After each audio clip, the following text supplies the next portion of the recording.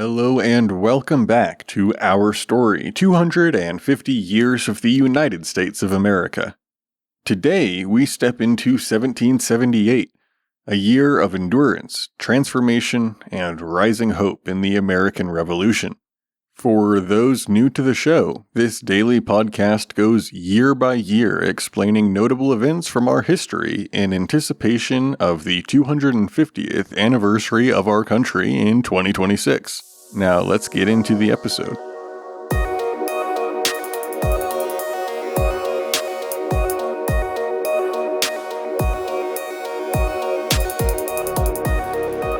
The United States of America, just 2 years old, fights on for independence.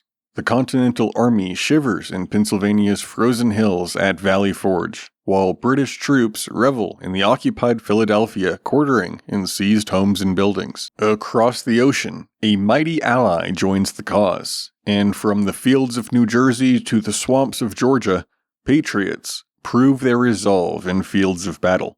Daily life becomes increasingly difficult for men and women across the United States, yet the American spirit remains undaunted. Welcome to 1778 in America.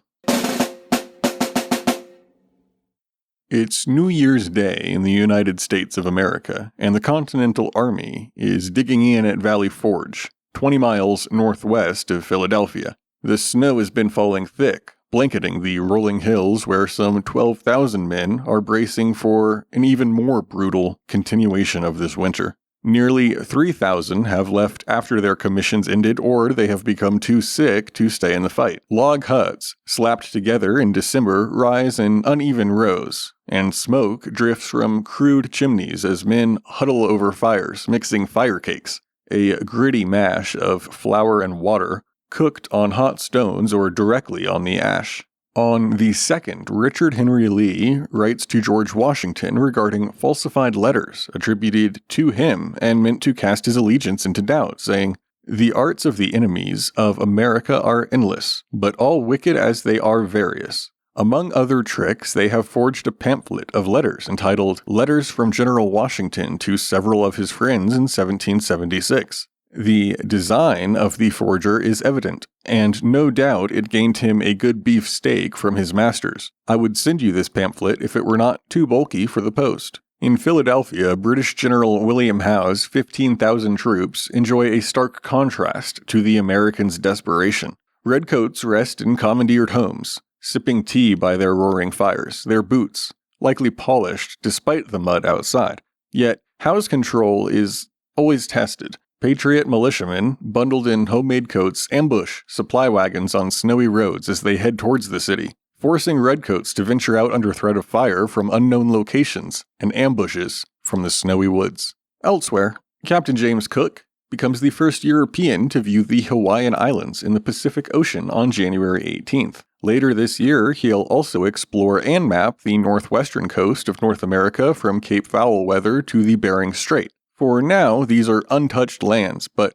you'll hear more about how our story intersects with these places in future episodes. Across the Atlantic, a much-needed alliance is being solidified. On February 6th, Benjamin Franklin and French Foreign Minister Charles Gravier signed the Treaty of Amity and Commerce and the Treaty of Alliance in Paris. France now officially recognizes the United States as a nation and commits troops, ships, and gold to the fight. News will take weeks to cross the ocean, but the promise of French aid lifts spirits when word does arrive. Back in Valley Forge, the hunger is becoming more desperate. Hundreds of soldiers lie in shallow graves, victims of starvation and cold, rather than the British. Private Joseph Plum Martin later recounts, "We were now in a truly forlorn condition. No clothing, no provisions, and as disheartened as need be." While the patriots at Valley Forge press on through the winter, British General Howe writes to formally tender his resignation following an earlier letter signaling his intent to do so. His failed strategy, leading to Burgoyne's surrender and his frustration with the lack of support from Britain, contribute to this request for leave. On February 23rd, Frederick Wilhelm Ludolf Gerhard Augustin von Steuben A Prussian baron, who we will simply refer to as von Steuben, strides into the Patriots' winter camp. He's a stern-faced 47-year-old with a soldier's disposition and a thick German accent.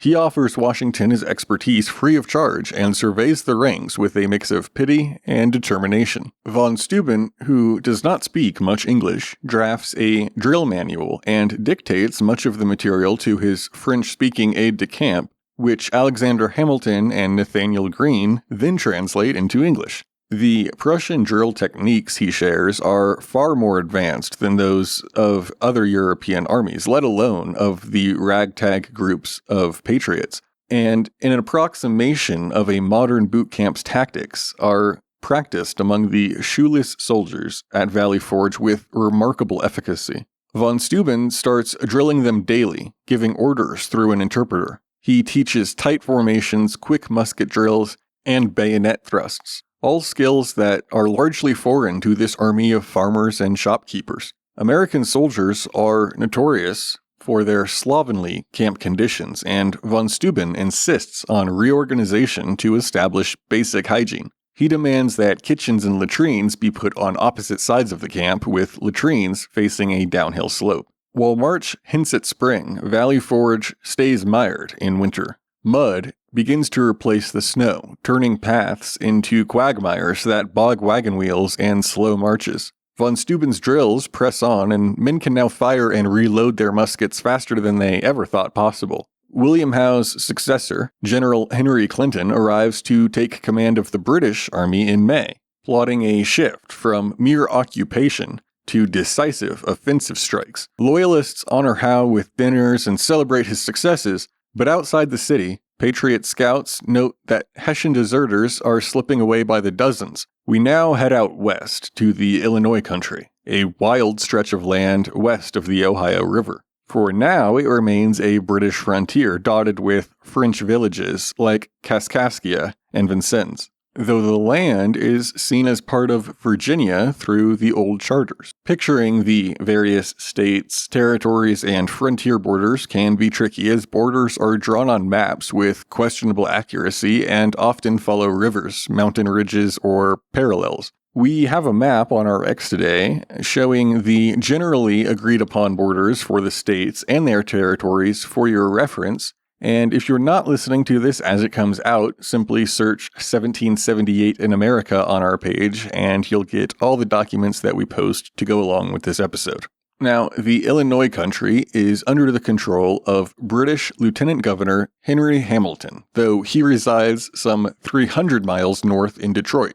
Last year, he gained the nickname Hair Buyer Hamilton when he armed Indian tribes, and specifically Miami and Shawnee warriors, so they could raid Kentucky settlements, torch cabins, and scalp settlers. It's because of these raids and attacks that Lieutenant Colonel George Rogers Clark begins seeking authorization for an expedition west to confront the British. And in the secret orders given earlier this year, Clark is authorized to attack British forts in the west. Clark gathers about 160 militiamen at Fort Pitt, and the 25-year-old Virginian leader hopes to seize British posts along the Ohio and Mississippi rivers, securing the frontier for America. He begins drilling his men, mostly rough hunters and farmers, in the muddy stockade in preparation for this campaign. Now, let's travel to Salem County, New Jersey, where in March, two sharp clashes mark a brutal stretch of the Revolutionary War. With Washington's army starving at Valley Forge and British troops still occupying Philadelphia, both sides are foraging in the rich lands across from the Delaware River. Fights along Alloway's Creek pit Patriot militia against British regulars and loyalists. Local militia, some 300 strong, under Colonel Asher Holmes, guard three creek crossings, Quinton's, Hancock's, and Thompson's bridges, moving livestock south to thwart the Redcoats' plan to seize it. British Colonel Charles Mawhood, based in Salem, 3 miles north, lures the Patriots into a trap. On March 17th, Loyalists warn Mawhood that Holmes' men hold the north bank and have removed the bridge's planks. So at dawn, some 600 British and Hessians fake a retreat, drawing Captain William Smith's 200 militiamen out to replank the bridge and give chase. Hidden redcoats then spring from a house and the nearby woods, and muskets begin to crack. By the end of the clash, 40 Patriots fall, some drowning in the icy creek, while only one of the British is wounded, and Mahood pulls back. 3 days later, on the 20th, 300 British boat downriver, landing below Hancock's Bridge 5 miles from Salem, just after midnight in pouring rain. They cross the bridge and storm Judge William Hancock's house, where a couple dozen militiamen sleep after commandeering the home. In what becomes known as the Massacre at Hancock's Bridge, the Loyalists storm the house in a silent bayonet attack, and 20 Patriots die, plus Judge Hancock and his brother, who were actually staunch Loyalists and supporters of the Crown. April softens the land, and Valley Forge begins to stir with life despite a winter marked in nearly 2,000 deaths. On April 9th, wagons rumble in with much-needed supplies, shoes, coats, and salted pork from Pennsylvania. Washington orders a review, and 8,000 men march in neat lines. Across the sea, on April 23rd, Commander John Paul Jones leads a small detachment of 2 boats from his ship, the USS Ranger, to raid the shallow port at Whitehaven, England, where, by his own account, over 200 British merchant ships are anchored. Jones is hoping to reach the port in the middle of the night when ebb tide will leave the ships at their most vulnerable, but he and his 30 volunteers have greater difficulty than anticipated rowing into the port, which is protected by 2 forts. They arrive at dawn, and John's boat successfully takes the southern fort, disabling its cannon, but the other boat returns without attempting an attack on the northern fort after the sailors claim to have been frightened away by a noise. To compensate, Jones sets fire to the southern fort, which subsequently spreads and damages part of the harbor. This is one of the few instances of Americans taking the violence to English coasts. On May 6th, a courier gallops into the Valley Forge camp with news of the French alliance. Washington orders a celebration. Troops parade, a 13-gun salute rings out from the cannons, and in a rare indulgence, a cask of rum circulates in the camp. Enlistments begin to rise, and desertions begin to slow. Newspapers report on the French alliance, urging patriots to stand firm as help is on the way. Back out west, Clark launches his campaign. On the 12th of May, his 160 or so men shove off from Fort Pitt in flatboats, drifting down the Ohio River towards Kaskaskia. Clark and his men use Corn Island, in what is now Kentucky, as a base to train troops and prepare for the campaign into the Illinois country. With the arrival of about a dozen families, this base soon becomes a settlement that is later named Louisville, in honor of King Louis XVI of France for his support of the American colonies. As we mentioned earlier, Henry Clinton has taken command of the British war effort and inherited William Howe's 1,500 troops.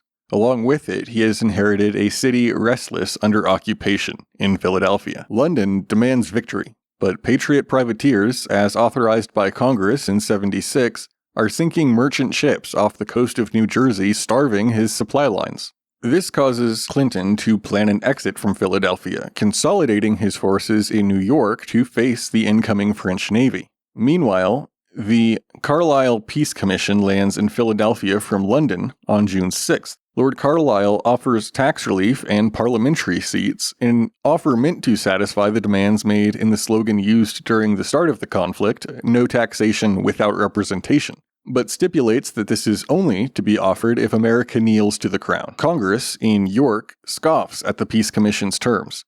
John Adams vows not to let the American people be enslaved to British tyranny, and the mission flops, a marker of Britain's fading hopes to maintain control of North America. On the 12th of June, Philip Livingston dies at the age of 62 and is buried at the Prospect Hill Cemetery in York, Pennsylvania. Livingston's New York residences played a part in the turmoil of this ongoing war. General Washington and his officers met at his residence in Brooklyn Heights after their defeat in the Battle of Long Island. The British used his Duke Street home as a barracks and his Brooklyn Heights residence as a Royal Navy hospital. As the British occupied New York City, Livingston and his family fled to Kingston, New York, where he maintained another residence. And later, the British burned the city of Kingston to the ground as they did Livingston's mansion. Philip Livingston is the third of the signers of the Declaration to pass away. His epitaph reads,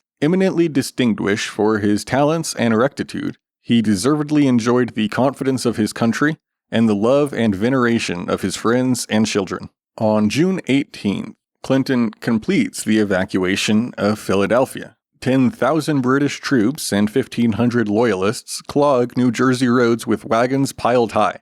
To avoid the French fleet, which has made the evacuation necessary, Clinton leads his British Hessian force to New York by land. Washington breaks camp at Valley Forge the next day, his 11,000 now a disciplined force thanks to von Steuben. He trails Clinton, sending advance forces under Charles Lee and Lafayette to shadow and harass the British, probing for any weaknesses. A week after the British evacuate, the Continental Congress returns to the city from its temporary quarters at York, Pennsylvania. On June 28th, British and Patriot forces collide at Monmouth Courthouse on an especially hot summer day in a clash involving many key military leaders we will discuss more in coming years.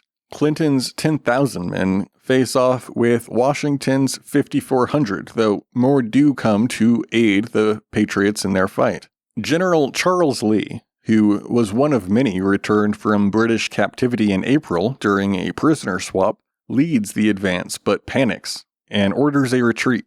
Washington urgently gallops up, his face stern, shouting to stand fast. Rallying what troops he has, Washington continues the assault on the British. Washington then places General Nathaniel Greene's division on the right and the division of General William Alexander, also known as Lord Stirling, on the left. Lee's men were turned over to Lafayette, who keeps the troops in reserve. General Anthony Wayne assumes command over the elements of Lee's force and mans Lafayette's front. Artillery is placed on both flanks, with the guns on the right positioned to rain fire on the British. An American counterattack on the British right forces the Redcoats to fall back and reorganize, and General Charles Cornwallis leads his men in an attack on Greene's division. Greene's men stiffen their line and repulse Cornwallis and his troops with the help of artillery fire. The edge shifts back and forth under the brutal June sun for several hours, and by 6 p.m. the British have had enough. Anthony Wayne wants to press the attack, but Washington believes his men are beat out with the heat and fatigue. The British don't give Washington a chance to continue the fight in the morning, slipping away under the cover of darkness and resuming their withdrawal to New York City. Heading back to Clark, his 160 men land at Fort Massac near the Mississippi and begin the trek 120 miles overland towards Kaskaskia. As we enter July, Colonel John Butler leads a force of 1,000 Loyalists and Iroquois allies against the 5,000 inhabitants of the Wyoming Valley, mostly American women and children that have gathered at Forty Fort. Hundreds of men and boys leave the protection of the fort to engage the attackers, and in the massacre that follows, hundreds of men are killed along with women and children, while many who escape to the forests later die of starvation or exposure. Cabins are set ablaze while the survivors stumble through the woods. Despite the effects of living in a fledgling nation at conflict already being felt, the killing of women and children puts into stark relief for Americans the stakes of the war and the cost of British subjugation, further souring the Americans' feeling towards the Indians they share this land with and driving militia support.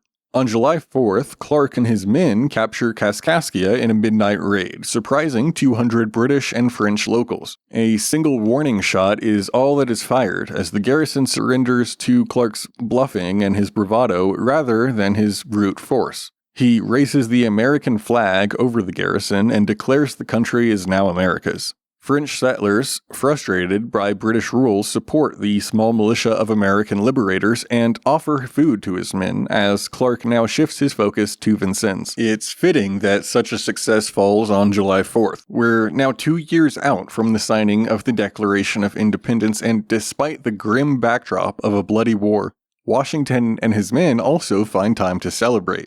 George Washington marks the second 4th of July celebration with a double ration of rum for his soldiers and an artillery salute. 13-gun salutes also ring out in the cities of Boston and York. In Rhode Island, French Admiral Charles Hector Estaing arrives off Delaware Bay on July 11th, but finds the channel too shallow for his heavy warships, so he sails north and anchors off Newport by the end of July, with his ships carrying nearly 4,000 French naval infantry and marines.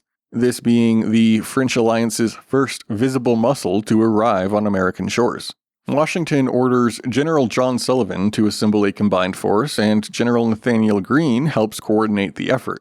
By early August, Sullivan has gathered about 3,000 Continentals and between 6,000 and 7,000 militia, aiming to retake the port from the approximately 6,000 British and Hessian troops under General Sir Robert Pigott. In preparation, Washington carefully monitors the campaign from his camp at White Plains, wary of committing his main army too far north. In New York City, Clinton fortifies his 15,000 regulars, warily eyeing the French as their ships sail just off the coast. July 29th marks the beginning of the push to reclaim Newport. Estaing's fleet drops anchor off Point Judith and Saconet Point, 5 to 10 miles from the harbor defenses, while Sullivan's main body of 3,000 Continentals is joined by nearly 1,000 more from Massachusetts. The total swells to almost 10,000 as militia continue to pour in.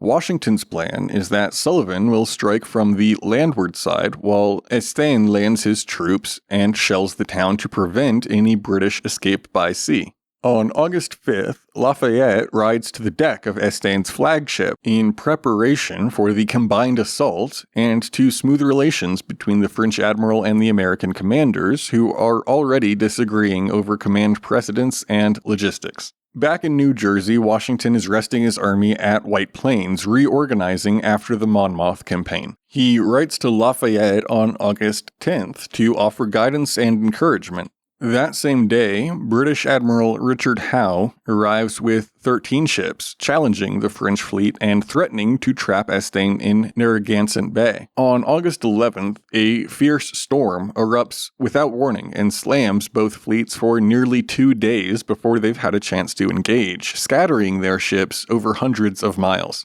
Estaing's flagship loses its rudder, and 2 French vessels limp away, battered and leaking. Howe's Apollo is wrecked outright, and 80 British sailors drown.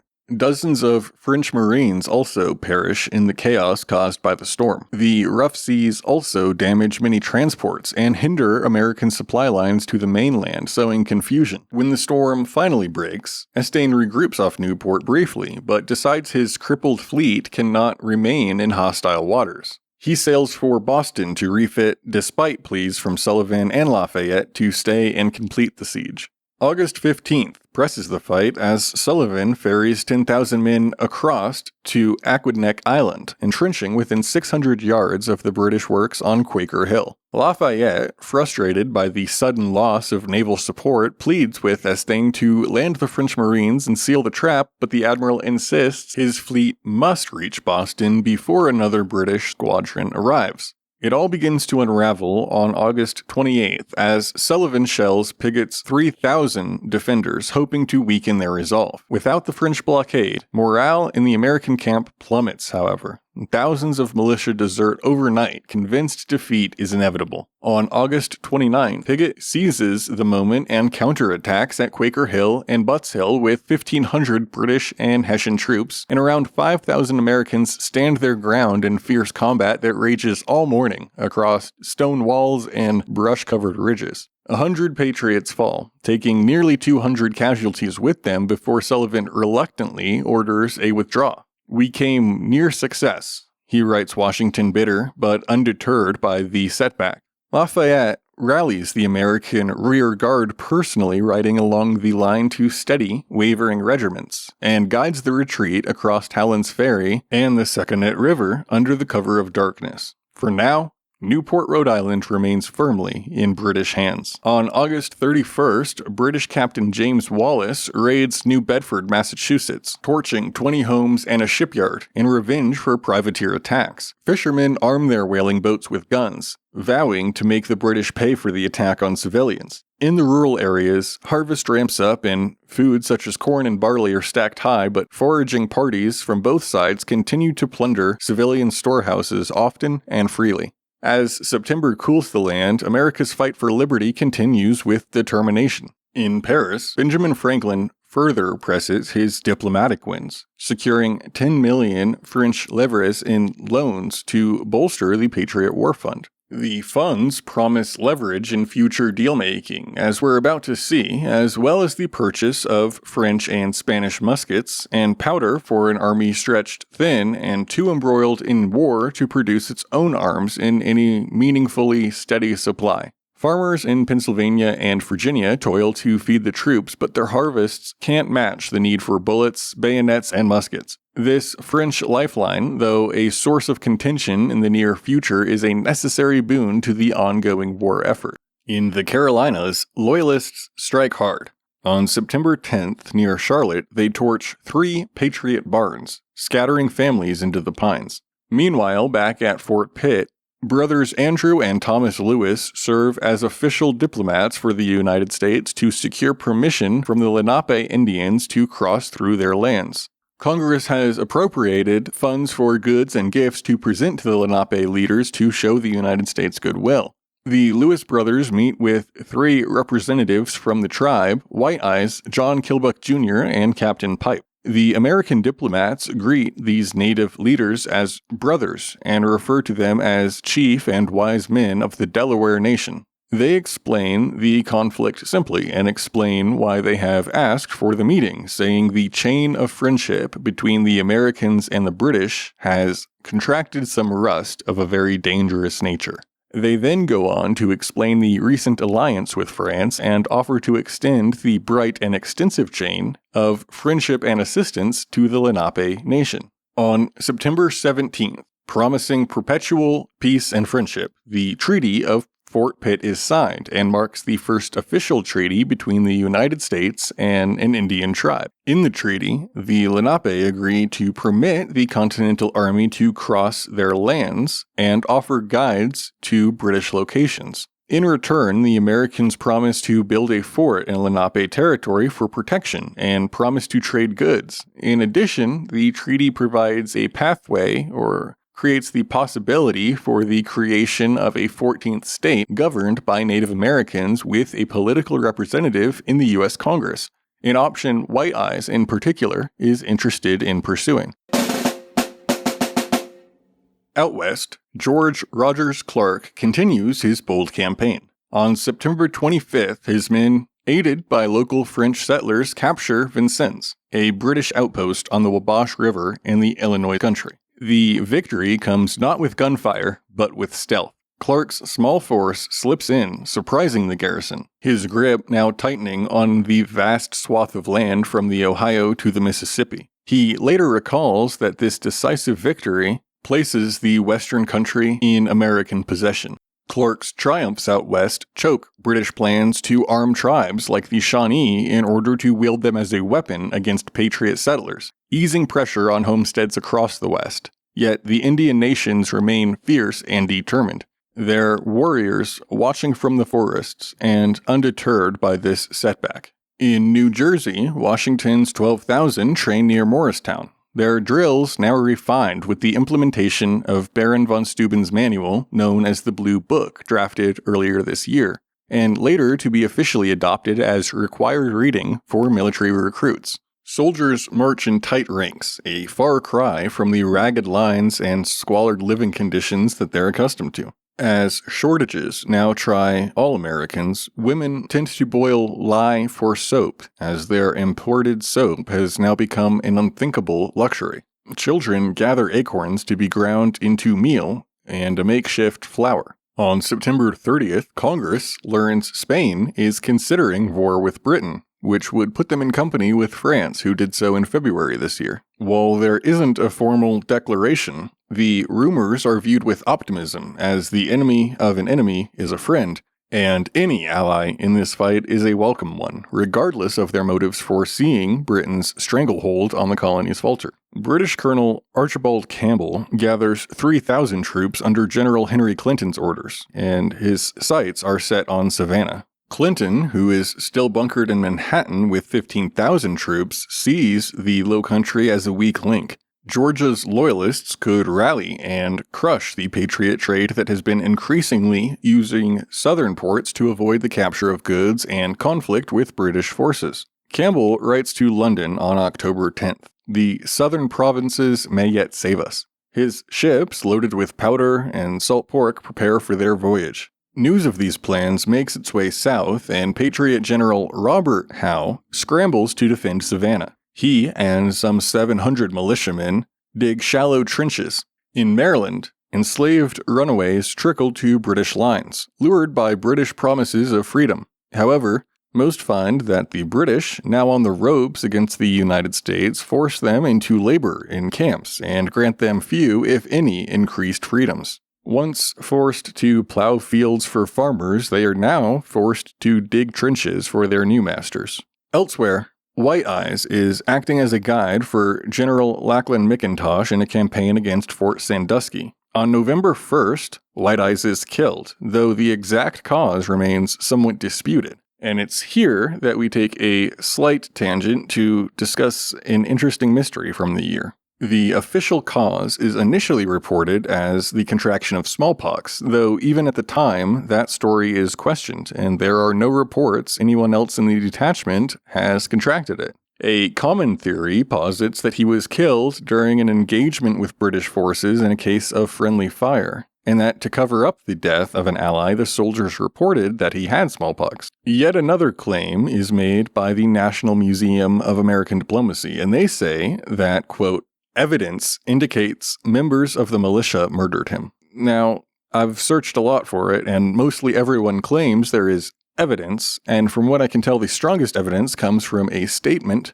made by New Jersey Colonel George Morgan. Morgan was not present at the signing of the treaty, and was not part of the campaign to take Fort Sandusky. After the treaty's signing, Morgan encouraged the Lenape to challenge its terms, telling them that they had been deceived and taken advantage of in the negotiations, and to, quote, "protest against this false interpretation with a spirit becoming the wise Delaware nation." He also later wrote to Congress countering the official narrative that White Eyes had died from smallpox, and that letter is the sole evidence cited. So honestly, I don't know what to think, and it's not my job to speculate, though I will be very interested to see what you have to say in the comments, or if you'd like to write an email, it's 250yearsofusa@gmail.com with any information that I'm missing. No matter what the cause is, the result is the same. White Eyes is dead, and the Treaty of Fort Pitt is largely ignored, and the resentments between the Lenape and the Americans continue to simmer.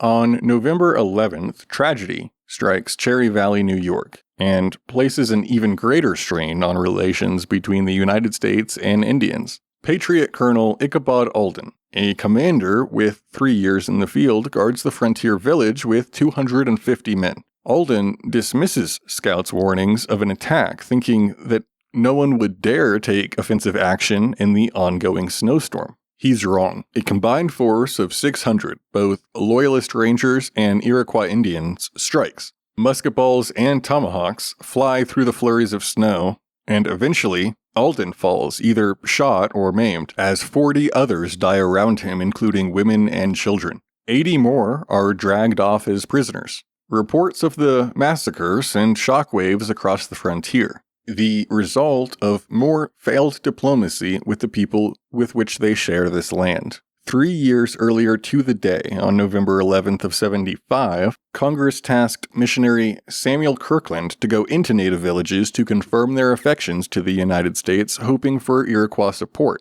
or neutrality at least, though clearly these affections were never earned. As winter begins to set in the north, and with Rhode Island firmly in British hands, John Sullivan withdraws from active command, and most American forces disperse to winter quarters in Massachusetts and Connecticut. Patriot privateers continue to sink British supply ships, further choking British stores and spreading alarm throughout the Atlantic trade routes. But in the warmer South, Campbell's campaign builds momentum.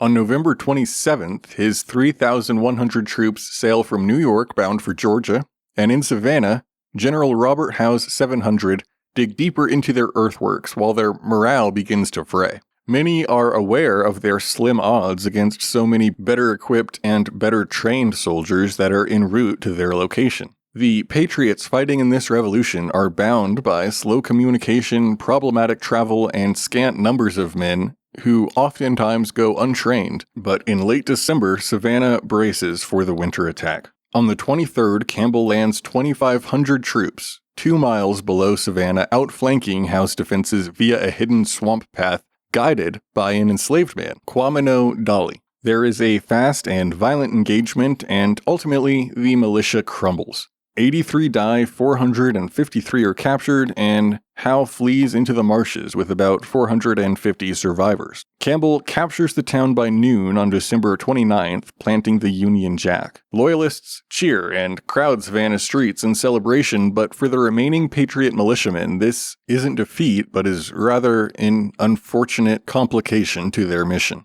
They stay hidden in the swamps, plotting guerrilla attacks that will continue into the new year. The next day in Savannah, Campbell organizes the town's defenses, stationing troops in key positions and issuing a proclamation urging loyalists to rally for further action. He prepares to advance on Augusta with 1,000 men, determined to press inland quickly before American reinforcements can arrive in force to challenge British control of Georgia. How does it go? Well, for that, you'll have to check back tomorrow when we cover 1779. As 1778 comes to an end, America stands taller. Valley Forge births a disciplined army, and France's alliance tilts the scales. Battles from Monmouth to Savannah test the nation's heart. The American Indians are increasingly viewed as a threat, and will soon prompt Washington to take drastic measures. Daily life becomes more and more strained from food shortages, loss, and cold. Americans face trials from all around, but the American spirit burns fierce. Check our X for portraits, maps, and documents. We clearly can't include every single event from any given year in this podcast, and especially for now as we cover the Revolutionary War, some of the other notable events kind of slip to the wayside, but of course, as we progress through our history, will become a larger focus of the show. But write in or mention us and tell us what you think should have been included, or what we got wrong. This was a challenging episode to write, as the records from the time are limited, and parsing through conflicting information available online to present as accurate a retelling as possible proved to be quite the task. It's 250 years of USA at gmail.com to email in, and at 250 years of USA on all the socials to get in touch. I will do my best to respond and keep the conversation going. Share the show with everyone you know, both online and in person, and help get the word out about this project. It's a labor of love. I work 10-hour days, 5 days a week to take care of me and my wife and carve out time for this show every evening. I'm thrilled to see that there are some interested listeners out there, and I'd love to hear what it is you're enjoying about the show. Next, in 1779, the war takes hold in the South. Sullivan strikes the Iroquois, and Spain joins the fray. And as always, thanks for listening.